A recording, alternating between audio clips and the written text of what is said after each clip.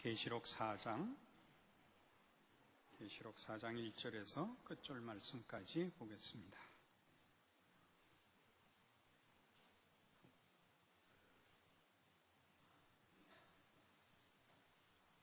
이일 후에 내가 보니 하늘에 열린 문이 있는데 내가 들은 바 처음에 내게 말하던 나팔 소리 같은 그 음성이 가로되 이리로 올라오라. 이후에 마땅히 될 일을 내가 네게 보이리라 하시더라.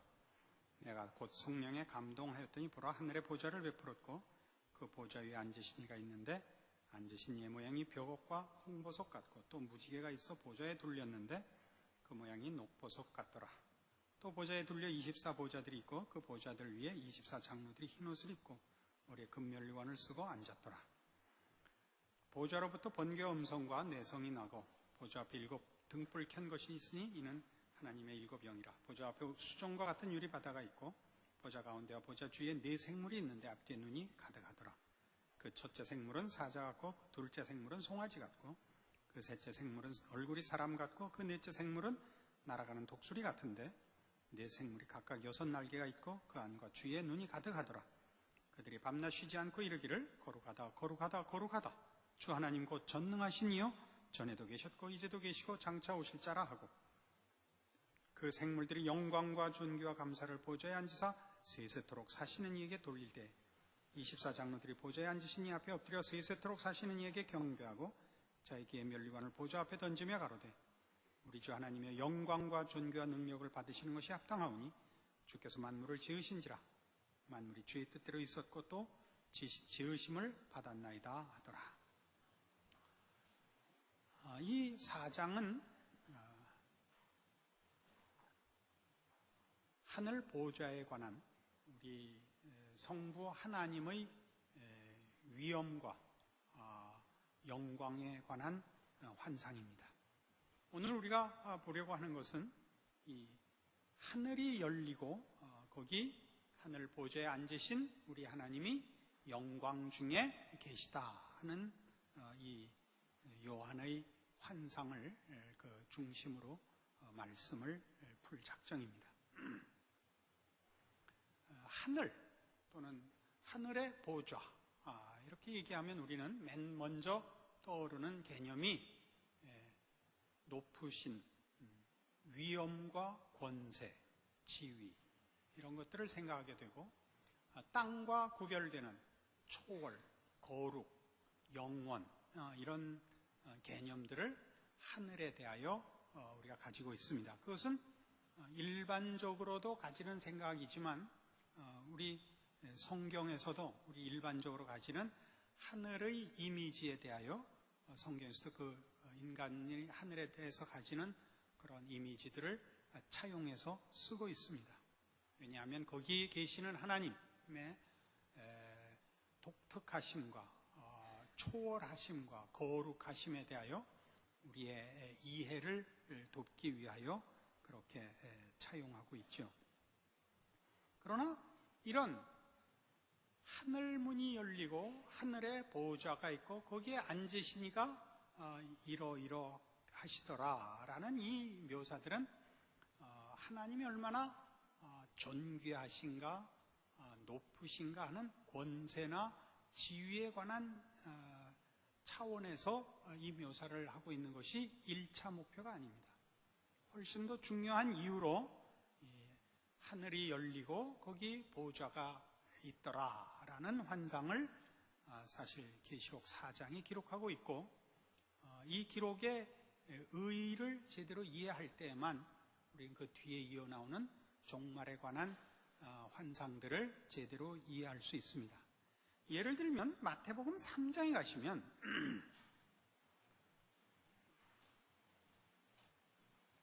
마태복음 3장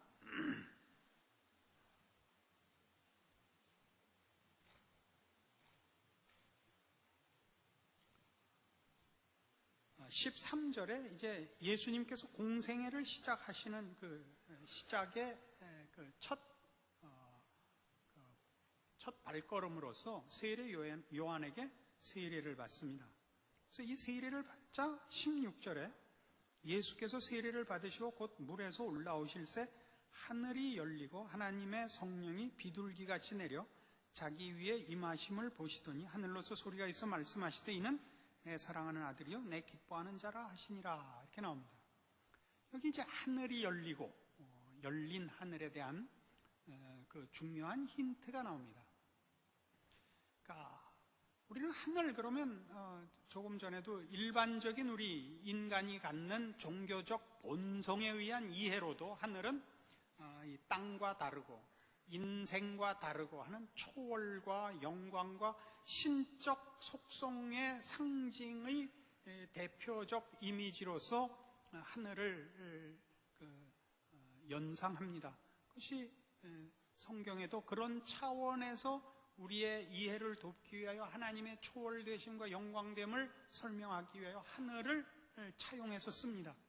근데 우리가 이해하는 하늘은 이런 높은 하늘, 능력과 지위와 그 계급에서 높은 하늘, 힘에 있어서 높은 하늘, 이런 차원에서만 자꾸 생각하지만 성경에서 하늘이 열렸다라는 표현은 그런 하늘이 모든 복의 원천이요 하늘로부터 자비와 긍휼과 또는 어떤 계시와 이런 것들이 허락되는 자리로서 하늘이라는 그 표현을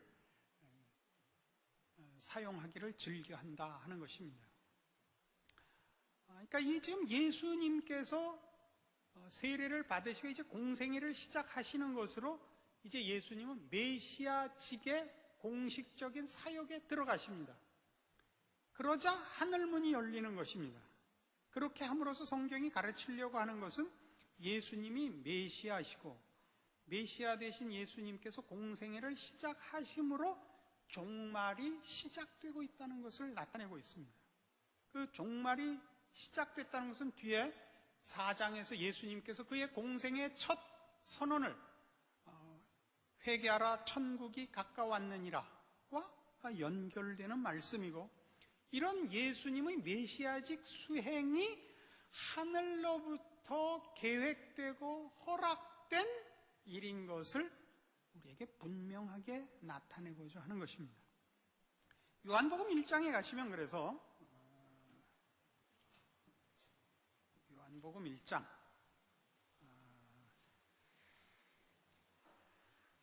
47절, 빌립이 나다나엘을 데리고 온 장면입니다. 요한복음 1장 47절. 예수께서 나다나엘이 자기에게 오는 것을 보시고 그를 가리켜 가라사대 보라 이는 참 이스라엘 사람이라 그 속에 간사한 것이 없도다. 나다나엘이 가로되 어떻게 나를 아시나이까? 예수께서 대답하여 가라사대 빌립이 너를 부르기 전에 네가 무화과 나무 아래 있을 때 보았노라.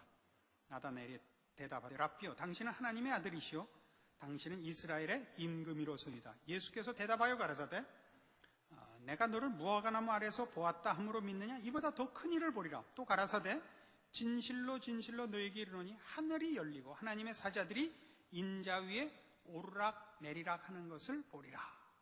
이렇게 예수님께서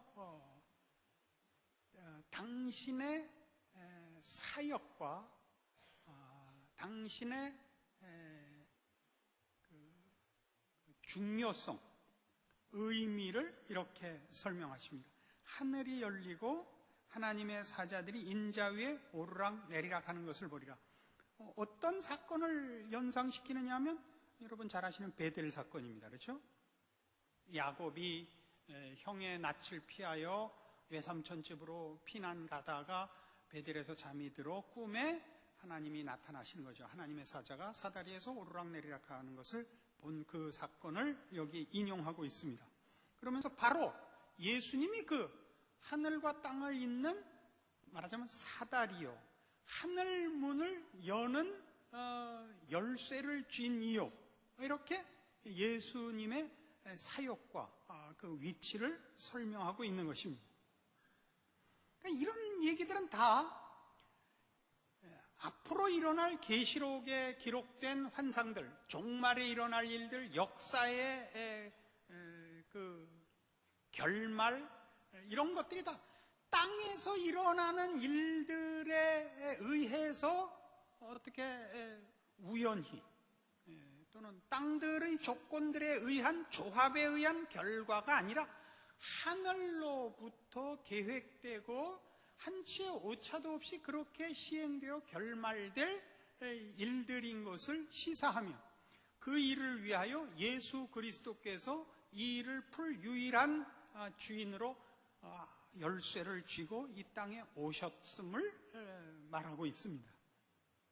이런 지금 설명들은 뒤이어 나오는 하늘 보좌에 앉으신 이에 대한 묘사에서 더욱 분명해집니다. 우리 지금 계시록 4장에 나오는 하늘 보좌에 앉으시니 우리 성부 하나님의 모습이 여기 보면 예를 들면 보좌에 앉으신 이가 있는데 그 모양이 벼복과 홍보석 같고 무지개가 있어 보좌에 둘렀는데 그 모양이 녹보석 같고 보좌에 24보좌들이 둘러있고 또 네 생물이 그 보좌 주위에 있고 그들은 사자 같고 송아지 같고 사람 같고 독수리 같고 6날개가 있고 그 생물들이 찬송을 부르고 이런 일들은 여기만 등장하고 있는 것이 아니라 이미 구약에서 계시했던 어떤 그 내용들과 연계되고 있고 그 이미지와 그때 허락했던 내용들에 이어져서 더 분명한 뜻을 가지도록 계시록에 다시 기록된 겁니다. 이사야 6장에 가보십시다.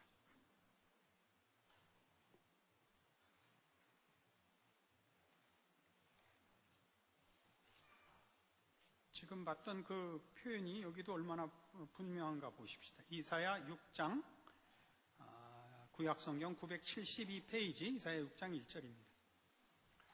우시야 왕의 죽던 해에 내가 본즉 주께서 높이 들린 보좌에 앉으셨는데 그 옷자락은 성전에 가득하였고 스랍들은 모셔섰는데 각기 6날개가 있어 그 둘로는 그 얼굴을 가리었고 그 둘로는 그 발을 가리었고 그 둘로는 날며 서로 창화하여 가로되 거룩하다 거룩하다 거룩하다 만군의 여호와여 그 영광이 온 땅에 충만하도다.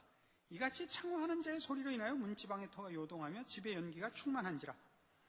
여기에 지금 이사야가 그 하늘 보좌에 앉으신 이를 보는 장면이 나옵니다. 거기 하나님을 모셔선 스랍들이 그 얼굴을 가리고 그 찬양하는 소리를 듣습니다. 이 묘사나 그 다음 지나가서 에스겔서 1장 이런 묘사들이 다 우리가 지금 보고 있는 계시록 4장의 묘사와 아주 비슷합니다. 에스겔서 1장 4절 에스겔의 이제 환상입니다. 구약성경 1151페이지 혹은 50페이지, 51페이지 같은 제 성경은 큰 글자 성경이라서 여러분하고 페이지가 아주 정확히 일치하지 않습니다. 눈이 작아서 잘 안 보입니다. 1장 4절 내가 보니 북방에서부터 폭풍과 큰 구름이 오는데 그 속에서 불이 번쩍번쩍하여 빛이 그 사면에 비추며 그 불 가운데 단쇠 같은 것이 나타나 보이고 그 속에서 네 생물의 형상이 나타나는데 그 모양이 이러하니 사람의 형상이라 각각 네 얼굴과 네 날개가 있고 그 다리는 곧고 그 발바닥은 송아지 발바닥 같고 마광한 구리같이 빛나며 그 사면 날개 밑에는 각각 사람의 손이 있더라. 그 네 생물의 얼굴과 날개가 이러하니 날개는 다 서로 연하였으며 행할 때는 돌이키지 아니하고 일제히 앞으로 곧게 행하며 그 얼굴들의 모양은 넷의 앞은 사람의 얼굴이요 넷의 우편은 사자의 얼굴이요 넷의 좌편은 소의 얼굴이요 넷의 뒤는 독수리의 얼굴이니 그 얼굴은 이러하며 그 날개는 들어 펴서 각기 둘씩 서로 연하였고 또 둘은 몸을 가리웠으며 신이 어느 편으로 가려면 그 생물들이 그대로 가되 돌이키지 아니하고 일제히 앞으로 곧게 행하며 또 생물의 모양은 숯불과 횃불 모양 같은데 그 불이 그 생물 사이에서 오르락내리락하며 그 불은 광채가 있고 그 가운데서는 번개가 나며 그 생물의 왕래가 번개같이 빠르더라. 내가 그 생물을 본즉 그 생물 곁 땅 위에 바퀴가 있는데 그 네 얼굴을 따라 하나씩 있고 그 바퀴의 형상과 그 구조는 넷이 한결 같은데 황옥 같고 그 형상과 구조는 바퀴 안에 바퀴가 있는 것 같으며 행할 때는 사방으로 향한 대로 돌이키지 않고 행하며 그 둘레는 높고 무서우며 그 네 둘레로 돌아가면서 눈이 가득하며 생물이 행할 때 바퀴도 그 곁에서 행하고 생물이 땅에서 들릴 때 바퀴도 들려서 어디든지 신이 가려하면 생물도 신에 가려하는 곳으로 가고 바퀴도 그 곁에서 들리니 이는 생물의 신이 그 바퀴 가운데 있습니다. 저들이 행하면 이들도 행하고 저들이 그치면 이들도 그치고 저들이 땅에서 들릴 때는 이들도 그 곁에서 들리니 이는 생물의 신이 그 바퀴 가운데 있음이더라. 그 생물의 머리 위에는 수정 같은 궁창의 형상이 펴 있어 보기에 심히 두려우며 그 궁창 밑에 생물들의 날개가 서로 향하여 펴 있는데 이 생물은 두 날개로 몸을 가리었고 저 생물도 두 날개로 몸을 가리었으며 생물들이 행할 때 내가 그 날개 소리를 들은즉 많은 물소리와도 같으며 전능자의 음성과도 같으며 떠드는 소리 곧 군대 소리와도 같더니 그 생물이 설 때 그 날개를 들이우더라. 그 머리 위에 있는 궁창 위에서부터는 음성이 나더라. 그 생물이 설 때 그 날개를 들이우더라. 그 머리 위에 있는 궁창 위에 보좌의 형상이 있는데 그 모양이 남보석 같고 그 보좌의 형상 위에 한 형상이 있어 사람의 모양 같더라. 내가 본즉 그 허리 이상의 모양은 단쇠 같아서 그 속과 주위가 불 같고 그 허리 이하의 모양도 불 같아서 사면으로 광채가 나며 그 사면 광채의 모양은 비 오는 날 구름에 있는 무지개 같으니 이는 여호와의 영광의 형상의 모양이라. 내가 보고 곧 엎드려 그 말씀하시는 자의 음성을 들으니라. 자, 아까 이사야 6장에서 본 장면은 훨씬 간략하지만 에스겔서 1장에는 그 보좌에 앉으신 이의 형상이 훨씬 자세합니다. 그러나 결국 보면 다 우리 오늘 계시록 4장에서 보는 보좌에 앉으신 이의 형상, 보좌와 보좌 주변에 있는 존재들의 형상이 다 동일한 것을 보게 됩니다. 재미있는 것은 이런 보좌의 형상, 보좌에 관한 환상을 보여준 이유가 뭐냐 하는 것입니다. 그 보좌의 형상들을 설명을 해서 우리가 1차적으로 언뜻 생각할 때는 참 그 하나님의 존귀하심과 아름다우심과 그 거룩하심에 대하여 인상을 가지는 것이 당연합니다만은 이 이사야 6장에서나 에스겔서 1장에서나 이런 하나님의 위엄과 존귀하심을 표현하시는 것은 그 뒤의 일 때문에 이렇게 등장을 하십니다. 다시 그래서 또 와야 되니까 그럼 에스겔서부터 봅시다. 이번엔 저 반대로 에스겔서 2장으로 가보십시다. 그가 내게 이르시되 인자야 일어서라 내가 네게 말하리라 하시며 말씀하실 때 그 신이 내게 임하사 나를 일으켜 세우시기로 내가 그 말씀하시는 자의 소리를 들으니 내게 이르시되 인자야 내가 너를 이스라엘 자손 곧 패역한 백성 나를 배반하는 자에게 보내노라. 그들과 그 열조가 내게 범죄해 오늘날까지 이르렀나니 이 자손은 얼굴이 뻔뻔하고 마음이 강팍한 자니라. 내가 너를 그들에게 보내노니 너는 그들에게 이르기를 주 여호와의 말씀이 이러하시다 하라. 그들은 패역한 족속이라 듣든지 아니 듣든지 그들 가운데 선지자 있은 줄은 알지니라. 인자야 너는 비록 가시와 찔레와 함께 처하며 전갈 가운데 거할지라도 그들을 두려워 말고 그 말을 두려워 말지어다. 그들은 패역한 족속이라도 그 말을 두려워 말며 그 얼굴을 무서워 말지어다. 그들은 심히 패역한 자라 듣든지 아니 듣든지 너는 내 말로 고할지어다. 인자야 내가 네게 이르는 말을 듣고 그 패역한 족속같이 패역하지 말고 네 입을 벌리고 내가 네게 주는 것을 먹으라 하시기로 내가 보니 한 손이 나를 향하여 펴지고 그 손에 두루마리 책이 있더라. 그가 그것을 내 앞에 펴시니 그 안팎에 글이 있는데 애가와 애곡과 재앙의 말이 기록되었더라. 그가 또 내게 이르시되 인자야 너는 받는 것을 먹으라. 너는 이 두루마리를 먹고 가서 이스라엘 족속에 고하라 하시기로 내가 입을 벌리니 그가 그 두루마리를 내게 먹이시며 내게 이르시되 인자야 내가 네게 주는 이 두루마리로 네 배에 넣으며 네 창자에 채우라 하시기에 내가 먹으니 그것이 내 입에서 달기가 꿀 같더라. 그가 또 내게 이르시되 인자야 이스라엘 족속에게 가서 내 말로 그들에게 고하라. 너를 방언이 다르거나 말이 어려운 백성에게 보내는 것이 아니요 이스라엘 족속에게 보는 것이라. 너를 방언이 다르거나 말이 어려워 네가 알아듣지 못할 열국에 보내는 것이 아니니라. 내가 너를 그들에게 보내었다면 그들은 정녕 내 말을 들었으리라. 그러나 이스라엘 족속은 이마가 굳고 마음이 강팍하여 내 말을 듣고자 아니하리니 이는 내 말을 듣고자 아니함이니라. 내가 그들의 얼굴을 대하도록 네 얼굴을 굳게 하였고 그들의 이마를 대하도록 네 이마를 굳게 하였을 때 네 이마로 화석보다 굳은 금강석같이 하였으니 그들이 비록 패역한 족속이라도 두려워 말며 그 얼굴을 무서워 말라 하시고 또 내게 이르시되 인자야 내가 네게 이를 모든 말을 너는 마음으로 받으며 귀로 듣고 사로잡힌 네 민족에게로 가서 그들이 듣든지 아니 듣든지 그들에게 고하여 이르기를 주 여호와의 말씀이 이러하시다 하라 하시더라. 그러니까 이 보좌의 환상은 무엇과 연결되냐면 선지직과 연결되고 있습니다. 에스겔을 선지자로 불러 소명, 사역을 맡기는 겁니다. 사명을 주시는 겁니다. 너는 가서 내 백성에게 회개를 촉구하라 이겁니다. 저들이 안 들을 것이다. 너를 핍박할 것이다. 그러나 두려워 말고 내 말을 전해라. 이 하나님의 말을 전하는 것을 두려워하지 않게 하기 위하여 하늘 보좌의 환상이 등장하고 있는 것입니다. 이해하시겠죠? 그럼 이사야 6장도 마찬가지입니다. 또 가보십시다. 이사야 6장도 보시면 그 하늘 보좌의 환상이 어디로 이어지느냐 하면 6장 6절 5절부터 봅시다. 그때 내가 말하되 화로다 나여 망하게 되었도다. 나는 입술이 부정한 사람이여 입술이 부정한 백성 중에 거하면서 만군의 여호와이신 왕을 배웠음이로다. 때 그 스랍의 하나가 화저로 단에서 취한 바 핀 숯을 손에 가지고 내게로 날아와서 그것을 내 입에 대며 가로되 보라 이것이 내 입에 닿았으니 네 악이 제하여졌고 네 죄가 사하여졌느니라 하더라. 내가 또 주의 목소리를 들은 적 이르시되 내가 누구를 보내면 누가 우리를 위하여 갈고 그때 내가 가로되 내가 여기 있나이다 나를 보내소서. 여호와께서 가라사대 가서 이 백성에게 이르기를 너희가 듣기는 들어도 깨닫지 못할 것이요 보기는 보아도 알지 못하리라 하여 이 백성의 마음으로 둔하게 하며 그 귀가 막히고 눈이 감기게 하라. 염려컨대 그들이 눈으로 보고 귀로 듣고 마음으로 깨닫고 다시 돌아와서 고침을 받을까 하노라. 내가 가로되 주여 어느 때까지니까 대답하시되 성읍들은 황폐하여 거민이 없으며 가옥들에는 사람이 없고 이 토지가 전폐하게 되며 사람들이 여호와께 멀리 옮겨오서 이 땅 가운데 패한 곳이 많을 때까지니라.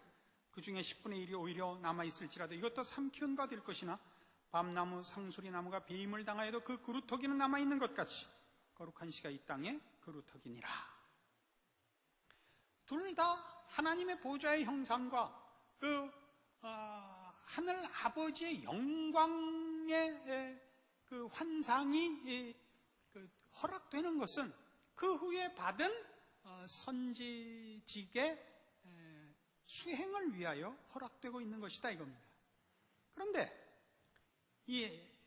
지금 이사야 선지나 에스겔 선지나 다 같이 그가 받은 선지자로서의 그 받은 바 사명은 다 실패할 사명을 받고 있습니다. 너희는 가서 이 백성에게 회개를 촉구하라, 경고하라. 그리고 저들의 불순종을 인하여, 저들의 패역함을 인하여 하나님께서 심판을 베풀리라. 그렇게 되어 있는 거죠. 저들이 너를 핍박하고 너희 말을 듣지 않을 것이다. 그러나 가서 해라. 이겁니다. 그러면 얼핏 생각하기에 좀 우습지 않아요? 해도 안 될 것을 왜 시키는가? 이게 이제 성경 표현의 그 일반인들이 가지는 하나의 그 무지함인데요. 하나님께서 하시는 말씀들이 다 이렇게 무슨 기계적이고 산술적이고 명령서가 아닙니다. 감정이 있는 겁니다. 감정이. 지금 이스라엘 백성은 패역합니다. 하나님의 말씀을 안 듣습니다. 하나님이 진노하고 계십니다. 그리고 슬퍼하십니다. 저들을 내버려 두지 않고 하나님의 사자를 보냅니다. 저들이 말을 안 들을 것이다. 그래도 가라. 여기는 우리가 1차적으로 이해하는 되지도 않을 일을 왜 시키는가가 아니라 거역하지만 포기하시지 않는 하나님의 사랑과 열심히 녹아나 있는 표현인 것입니다. 그래서 이런 이사야가 가고 에스겔이 가고 오고 오는 역사 속에 무수히 보낸 하나님의 종들의 맨 끝에 그들로 예표된 마지막, 전에도 듣지 않고 말해도 돌이키지 않을 그들을 위하여 결국 하나님이 누구를 보내냐 하면 마지막 날에 그 아들을 보내는 겁니다. 그래서 예수님이 아까 요한복음 1장에서 하늘이 열리고 하나님의 사자들이 인자 위에서 오르락내리락 하는 것을 보리라 라고 얘기하시는 겁니다. 그동안 오르락내리락 했던 모든 선지자들이 다 이 예수를 예표하고 있고 모든 해결을 예수 안에서 보고 있는 겁니다. 우리의 패역함과 우리의 무지함과 우리의 완악함을 우리 안에서 해결하지 않고 예수 안에서 해결하여 기어코 하나님이 작정하신 그의 백성들을 구원하시고 복주시고 거룩과 영광의 완성을 하시고야 말 일을 하시고야 말 것이다 를 뭘로 아느냐? 하늘 보좌에 앉으신 이의 존귀하심과 전능하심과 거룩하심과 함께 이 일을 이루기 위하여 그의 아들을 죽임 당하신 어린 양으로 보내신 증인으로 인하여 확인을 하는 것이 이제 일어날 모든 일들의 모든 초석이요 열쇠다 이겁니다. 말을 하면 알아들어야 뭐 설교를 할 거 아니에요. 이사야가 실패할 사역을 맡은 것 같지만 그가 실패하지 않고, 에스겔이 실패할 사역을 부름받는 것 같지만 그가 실패하지 않는 것은 결국 예수 안에서 그 모든 일들이 해결될 것이기 때문인 것입니다. 그리고 하나님은 창세 전부터 이 일을 예수 안에서 해결할 작정이었고, 그 예수로 우리의 시선을 모으고 역사를 그 안에서 새롭게 하기 위하여 하나님께서 예표하시고 예언하시고 확인시키시고 결국 이제 계시록에 와서는 그 모든 걸 하나님이 어떻게 옛날부터 우리에게 가르치셨고 예언하셨고 표현하셨고 이제 마지막 날에 어떻게 기어코 이루시고야 말 것인가가 등장하고 있는 것입니다. 그럼 이 내용들은 다 말하자면 하늘 보좌로부터 이 일이 일어난다 하는 이 계시록 4장의 표현이 하나님의 어떤 힘과 지위와 능력으로 이 일을 이루시는가 이전에 열린 하늘, 보좌에 앉으신 이가 어떤 분이냐를 그런 계급이나 지위의 차원에서가 아니라 죽임 당하신 어린 양을 준비하신 하나님으로 이해를 해라 이겁니다. 에베소서 1장에 가보실까요?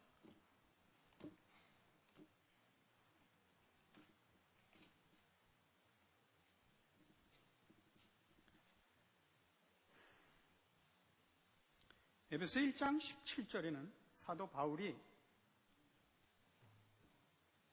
에베소 교회에 보낸 편지 속에 이런 특별한 기도를 합니다. 17절, 우리 주 예수 그리스도의 하나님 영광의 아버지께서 지혜와 계시의 정신을 너희에게 주사 하나님을 알게 하시고 너희 마음 눈을 밝히사 그의 부르심의 소망이 무엇이며 성도 안에서 그 기업의 영광의 풍성이 무엇이며 그의 힘의 강력으로 역사하심을 따라 믿는 우리에게 베푸신 능력의 지극히 크심이 어떤 것을 너희로 알게 하시기를 구하노라. 그 능력이 그리스도 안에서 역사하사 죽은 자들 가운데서 다시 살리시고 하늘에서 자기 오른편에 앉히사 모든 정사와 권세와 능력과 주관하는 자와 이 세상뿐 아니라 오는 세상에 일컫는 모든 이름 위에 뛰어나게 하시고 또 만물을 그 발 아래 복종하게 하시고 그를 만물 위에 교회의 머리로 주셨느니라. 자, 뭘 알라 그래요? 하나님을 알기를 원한다. 그리고 하나님이 부르신 성도들에게 가진 궁극적인 목표가 뭔지 알기를 원한다. 여기 표현한 식으로 하자면 뭐라고 되어 있어요? 그의 부르심의 소망이 무엇이며 성도 안에서 그 기업의 영광의 풍성이 무엇인지 알기를 원한다. 성도로 부름을 받는 것, 구원함으로써 하나님의 백성이 되는 일의 최종 단계, 그 궁극적 결과의 영광이 얼마나 굉장한 것인지 알기를 원한다. 그리고 이 일을 위하여 하나님이 어떤 능력과 열심을 동원했는지 알기를 원한다. 어떤 능력과 열심을 동원했느냐? 그 아들을 너희를 위하여 십자가에 못 박았고 그 아들을 너희의 머리로 주셨느니라 이겁니다. 예수 그리스도를 우리 죄값으로 주셨을 뿐만 아니라 우리를 죄 가운데서 구원하기 위해 예수를 십자가에 못 박았을 뿐만 아니라 최종 완성이 실패되지 않도록 우리와 머리와 몸의 관계로 묶었다 이겁니다. 그는 교회의 머리인 것입니다. 왜 계시록이 앞에 7교회에 보낸 편지로부터 시작해야 하는가? 여기 있는 거죠. 우리는 다 교회요. 그의 몸입니다. 그리스도께서 우리를 위해 십자가를 지셨고 우리의 영광의 완성을 위해 우리의 머리십니다. 예수 그리스도와 우리는 뗄 수 없는 유기적인 결합체입니다. 연합체입니다. 그러니까 하나님이 누구신지 알기를 원한다는 말 속에는 하나님이 얼마나 높으신가, 어떻게 유일하신 하나님이요 창조주시요 심판자신가 하는 그의 지위와 능력에 관한 표현뿐만 아니라 우리에게 있어서 하나님이 누구신가? 그는 아버지시요 그의 모든 사랑과 열심을 우리를 위하여 쏟아붓는 분이요 우리의 궁극적 승리를 위하여 역사를 주관하시는 분이라, 이 얘기가 들어가 있는 거라고요. 그러니까 사실은 계시록을 그 이상 읽을 필요가 없어요. 그 다음부터는 읽으면 어떡할겠어요. 그래서 666이 뭐든 적그리스도가 누구든, 그래서 어느 날 아무 시에 세상이 종말이 오든 말든 뭐 어쨌단 말이에요. 내일 죽으면 어떻고 10년 있다 죽으면 어떠냐 말이에요. 응?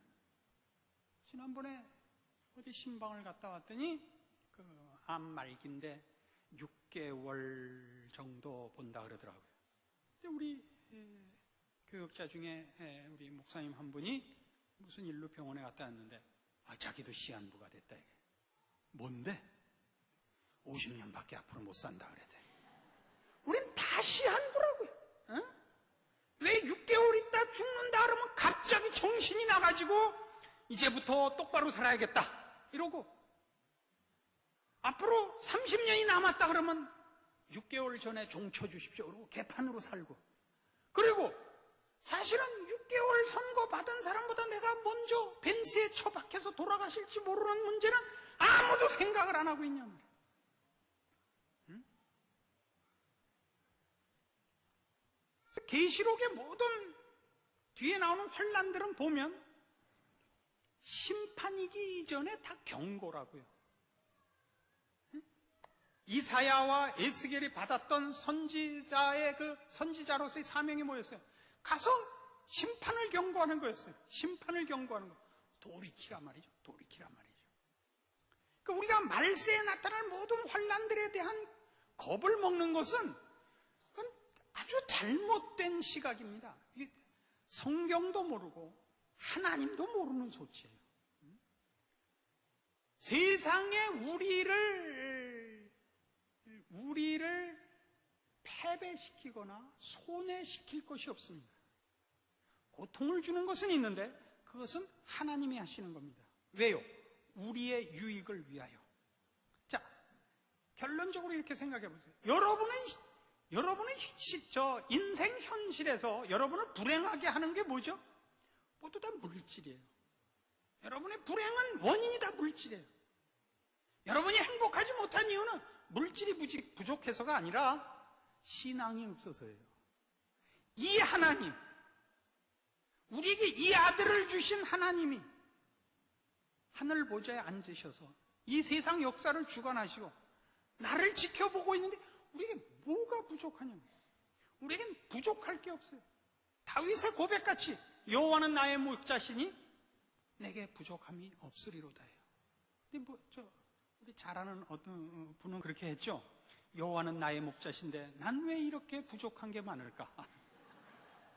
왜 그렇죠? 여러분은 속물이 된 겁니다. 속물이 된 거예요. 멀쩡하다가 고등학교 동창회만 갔다 오면 지랄을 떨잖아. 응? 여태껏 괜찮게 산다고 생각했는데 나보다 공부 못했던 애가 나보다 좋은 차를 탄다. 그걸로 그날 와갖고 그날 이후로 여태까지 싸우고 있는 거예요. 우리가 가진 것이 무엇이면 우리가 목적하고 우리가 어디로 인도함을 받느냐는 다 없어지고, 모든 것이 물질과 연결되어 있고 세상 것으로 비교되고 있고, 고통을 면하면 그것이 행복한 것이라, 사람들 앞에서 세상의 것으로 우쭐하면 그것이 성공한 것이라, 이런 심판받을 세상의 기준과 물결 속에 우리는 완전히 잠겨 떠내려가고 있단 말이죠. 이걸 못 벗어나요.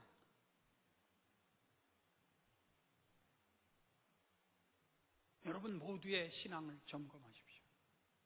여러분이 무엇을 소유하고 있고, 여러분이 하나님을 아버지라 부르는 그 고백이 얼마나 대단한 것인지를 알아서 세상의 것들이 여러분을 흔들지 못하게 하십시오.